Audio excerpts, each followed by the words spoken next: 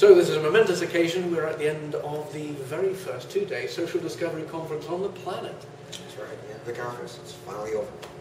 So, well done, Mark. Thank you. And what were your favourite pieces?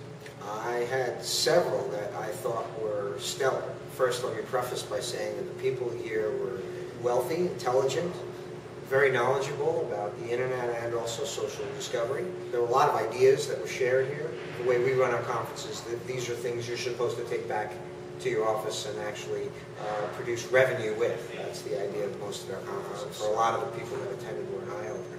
With regard to the sessions that they attended, that I thought were the best ones that I saw, one was Robert Yao, our keynote from Walmart Labs, showing social shopping from Walmart's point of view, which is a unique point of view. Also, Mark Smith from Social Media Research Foundation. He definitely showed new ways of data visualization for social. Igor Shoyfoot received accolades from almost everybody who saw him. They were climbing over each other to give him their business card. He was discussing viral, how to go viral, how to be viral. There's very few experts in the world like him that teach since like 2003. He's been teaching it at NYU and Berkeley. So the guy knows his stuff. There was also another session, which actually it was Brian Bowman's session.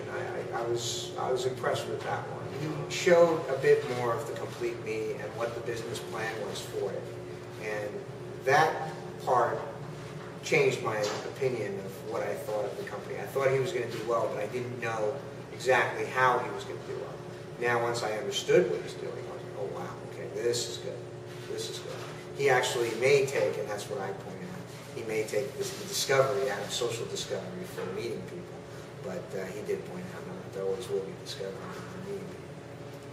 I was quite thrilled to have John Ferrara at the show, Nimble.com. He gave us some insight as to what he was working on in the future and how he's going to make his platform more social. I think that's that's one of the big problems, actually monitoring and more staying on top of all the various social channels. There's a guy who just sat in the back for years, and I had no idea that he founded Goldmine. That was pretty cool. I think the two main sessions that we had here, the two sessions which would have the most influence on people's strategies in the future, are the social shopping and the people discovery panels. They were good, but also what influenced people as well was that we had the press here. You know, we had CBS News, San Jose Mercury News, Read Write Web, and VentureBeat. For many, that was a unique opportunity. What I learned from the delegates was that they were able to understand how the press views the space, not just from a perspective of how they see it now, but what they would find interesting to write on, or what they would, where they see the industry going, and that affects what they do in terms of how they're producing their software, their applications. And this is the first time that we've actually had members of the press running panels, and it's something we're definitely doing in the future. Oh yeah. It infused some insight into the entire occasion, so definitely a good thing for us to do. And we definitely want to thank each of the press, Larry McGibb, Dave Copeland, Sean Ludwig, and Lindsay Riddell. Thank you very much for all your participation, all your help, and mentioning of the event.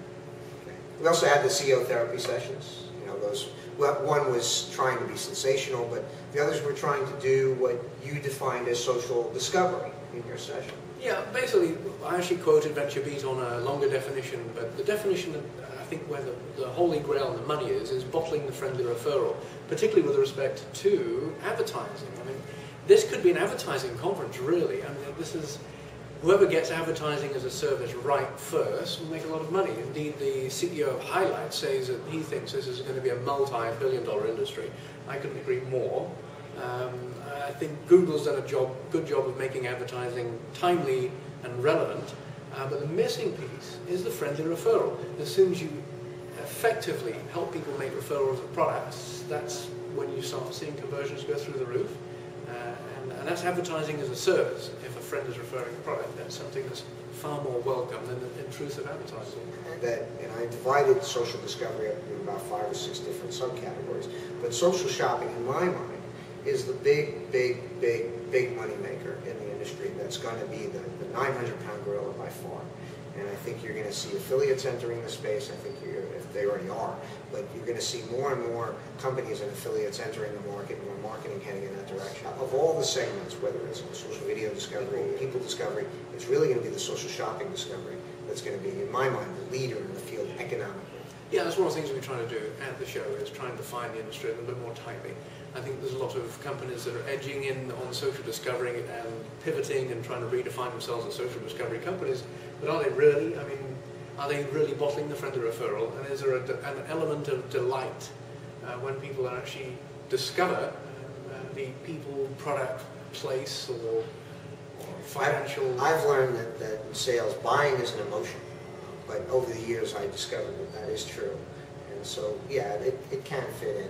It can very easily fit in with regard to that. At the end of the day, social discovery sites should be trying to optimize and maximize the number of meaningful interactions among members. And those could be human, and they could be emotional. They could be financial, or they could be product service driven. Those are 4 broad categories. All right. And we had Nimble there. John Ferraro, he was the founder of Goldmine. I had no idea until he showed up here. So I was particularly thrilled to have Nimble at the session. We had John Ferraro, who's actually the founder of Goldmine, and after some years teaching and backing and investing in other companies, come back to start Nimble.com, which actually brings together Google+, Twitter, Facebook and Gmail, and actually just in the last few days they've announced Foursquare. They bring all of these feeds into one system, so basically you can get everything in one place and stay on top of your messaging. Yeah, he really understood. He always understood CRM, but he also understood businesses and how businesses operate. And he also, obviously, the new technologies that have come in with regards to everything social and business related. He looked for something that already, he figured someone had to already cross-integrate all this stuff, and nobody did. And he says, all right, I'll do it myself and create a Nimble. He's done a very nice job of it. Yeah. So we had a people discovery session, and we had several people there. We had Liz Everdell from the San Francisco Business Times, Brian Bowman. We had Badu. We had Jeff Cook from Meet Me. We also had Xander Mahoney from Draper Fisher Ewers. There's a debate within the industry which surprised me, because I was under the impression that, for the most part, social discovery sites were going under a freemium business model, that subscription was not what they wanted. And there were people that were there that disagreed on that panel, that said, no, no, no, no. There were some that said subscription is dead and freemium is the way to go, and then there were others going, no, no, no, no, no. Subscription is very much alive and will remain alive. And particularly for older audiences in particular, that's what they were looking at. But that part was illuminating to me. And of course, Meet Me is a very younger audience, 13 to 20, which is quite the unusual focus for a social discovery service that's serving them well. We had Larry McGee, who ran an excellent panel on identity. Identity verification and safety, yes, exactly. He was joined by the CEOs of Virtru and Mingli. That's right. Okay. And what were your takes on that session? Well, I'm a Mingli user. They're rather similar to Nimble. One of the things that they do is actually bubble up useful information on a daily basis. And this is one of the things that I've not seen many companies do. I mean, every day I want to see the most important information, the most important communications from the most important people right at the top of my list. And that's what these companies do.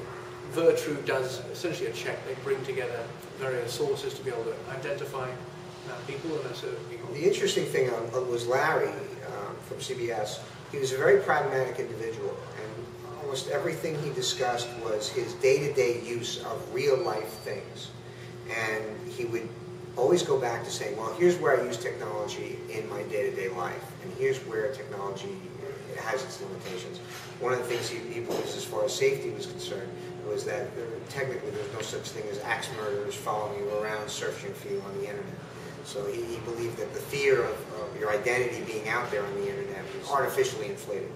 Yes, he's an internet safety expert. He works with Connect Safely, among other things. He's advised several companies, so very, very useful to have him. And he ran an excellent session. I'm really looking forward to having him at future conferences as well. Okay. So we had a panel on video social discovery as well. We had the CEOs of Rings TV, also from Shuffler. Also joining them was our old pal, Daniel Brusilowski. Daniel Brusilowski. And now, actually, with Highland Capital Partners, a venture capital firm of all things, as a summer intern associate. And he is still sharp as a tack, as he was 4 or 5 years ago, still sharp as a tack today. Totally on top of everything that's going on in the business. Caused a bit of consternation among the people sitting next to him with his opinions, which is good to see. I say he's an old friend. He's actually a very young friend. How old is he? Probably 19 years old. There's a certain text media overload, and I think the industry is going to have to go a little bit more video and visual oriented.